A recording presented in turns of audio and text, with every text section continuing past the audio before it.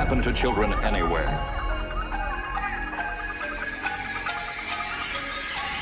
Demons, daemons. You hear this term thrown about.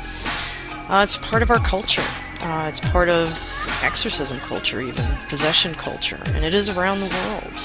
How does it even begin? Where do people get the notion that daemons, or demons even exist? Well, it starts with a story. It may even start around the campfire. It may develop into something more complicated, such as parables used in a particular culture to teach life stories. These develop into mythologies. These mythologies are recorded and they're passed down, whether written or oral. It becomes a tradition to teach people within that culture about these things. There are many ancient cultures that had some form of a daemon entity. Whether it had been symbolic or literal remains to be seen. Depends on the culture. Depends on the anthropology and archaeology. And that can even be up for debate because scholars don't always agree. But as far as modern people are concerned, and the phenomena that occurs with modern people in the 21st century, such as possession and the need for exorcisms, this begins with belief. What fuels belief? It starts with an idea. The idea is planted, and this is the seed. But the seed cannot foster to grow unless it is held up by some form of a proof or some evidence. You can teach a child a fairy tale, but until that child sees some kind of evidence of that fairy tale, I don't believe the child really believes in the fairy tale. They're basically just parroting what you have taught them. Take, for instance, the tooth fairy. Now, the tooth fairy in itself, in the development of the tooth fairy, can be traced back to previous stories in history, various cultures that regard teeth in various ways. But at the very base of belief starts with a modern interpretation that you pass on to your children. And you tell your children that when they lose their baby teeth, this is a rite of passage. They're becoming big kids. And so you tell your children to place their teeth under their pillow, and a fairy will come and collect the teeth. What they need the teeth for depends on the fairy tale you're telling your children. But you tell your children they're going to be rewarded, that the teeth will be replaced with some kind of treat. Now this may be money, this may be candy, doesn't matter. So when they wake up in the morning, even though they didn't see the fairy, the evidence is that their teeth are gone and it was replaced by a treat. Now this fuels the belief, the seed hatches and begins to grow. Now how many years your children will believe in the tooth fairy is really reliant on the tradition that you practice in your own home. Now if you continue to do this year after year, tooth after tooth, this fuels children's belief in even manifesting visions of the tooth fairy. They may have seen you flutter out of their room in the dark in your nightgown, and they saw a fairy. What they saw was a fairy. Until that mythology is demystified, and it usually happens amongst other children that have matured and discovered it was not an actual fairy. Children may even do their own research and look for some evidence that this tooth fairy legend just wasn't made up by mom and dad, and there's plenty of it.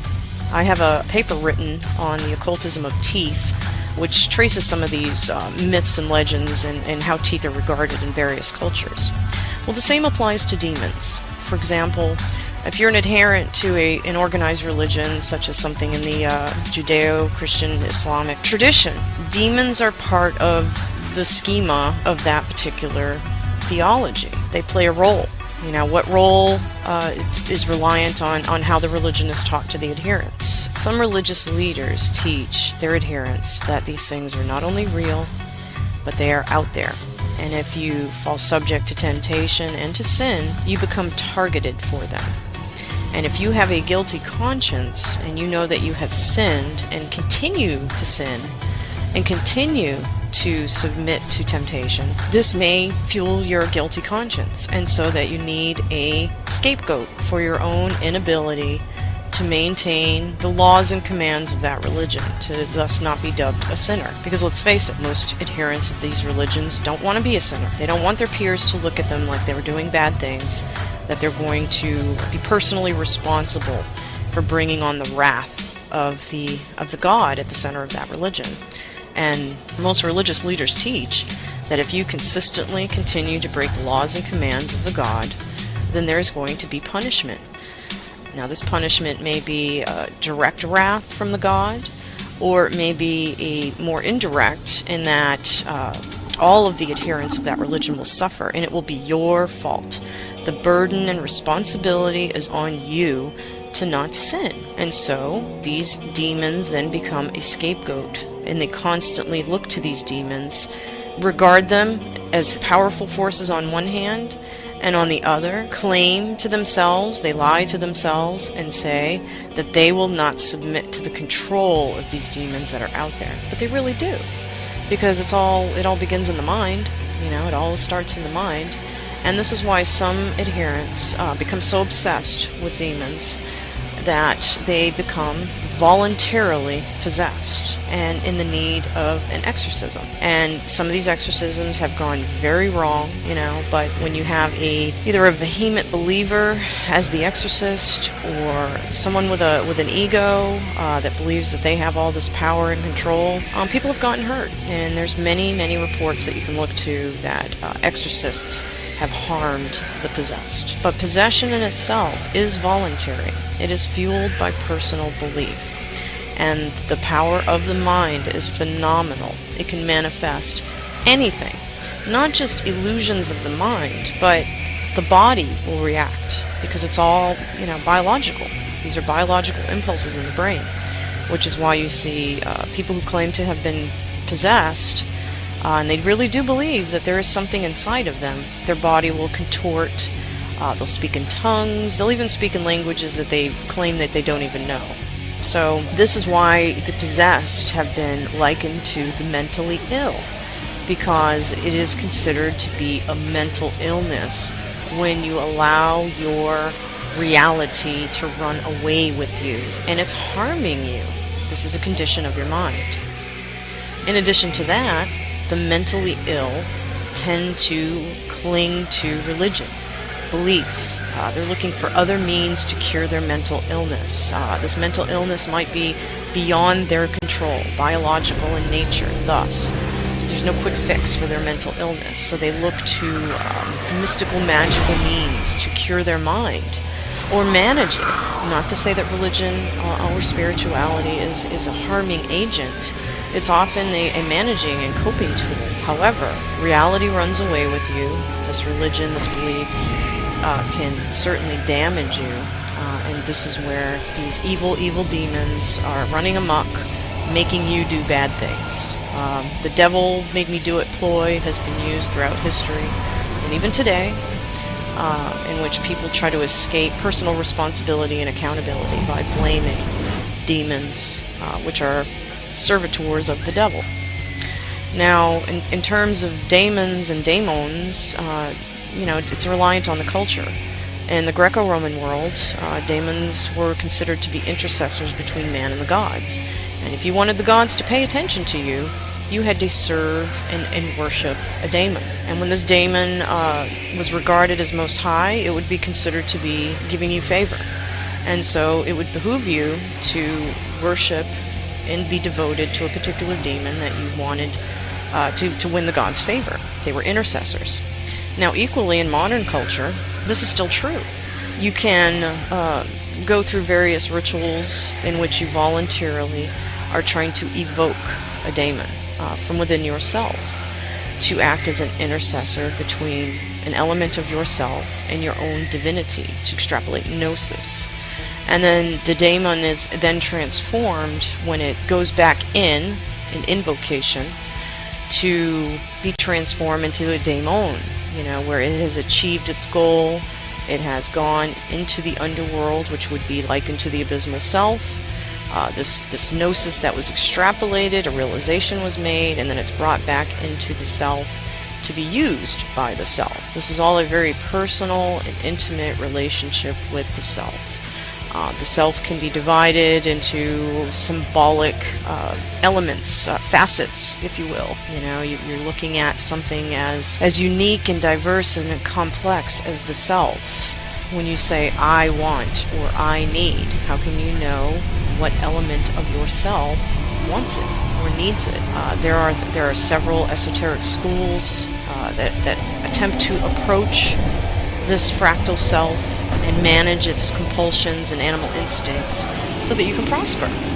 For example, if you're trying to conquer an addiction, say an addiction to something as simple as caffeine, one element of the self is using reasoning, and it's telling the body that too much caffeine is affecting me in an unhealthy way.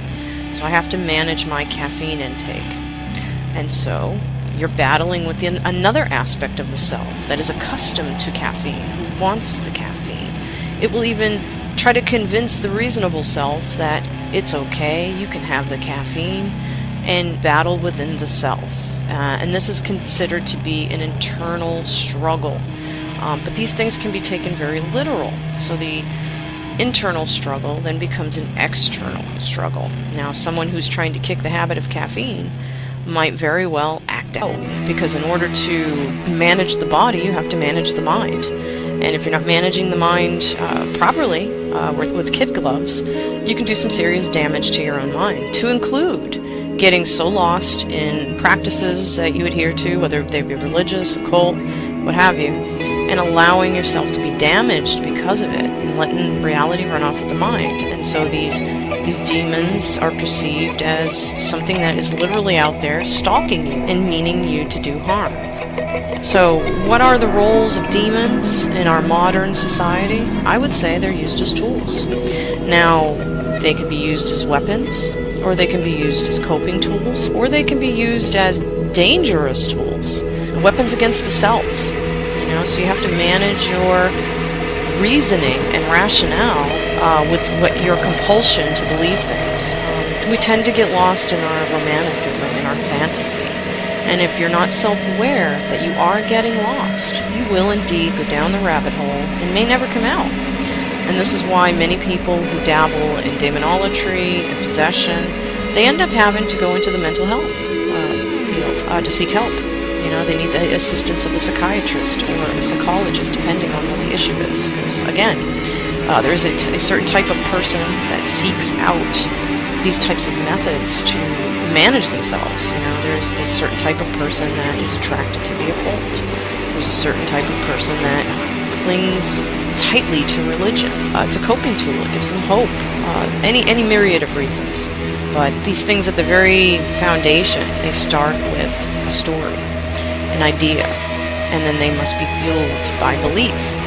For if the person does not believe in them, then it just remains a story.